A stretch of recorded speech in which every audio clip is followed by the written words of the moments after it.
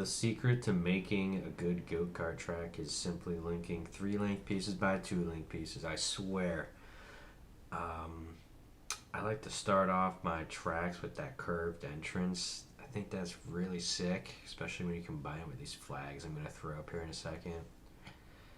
Um, Also, never tried to do any beach stuff before, but it actually turned out pretty cool. Didn't even know the game had umbrellas until now.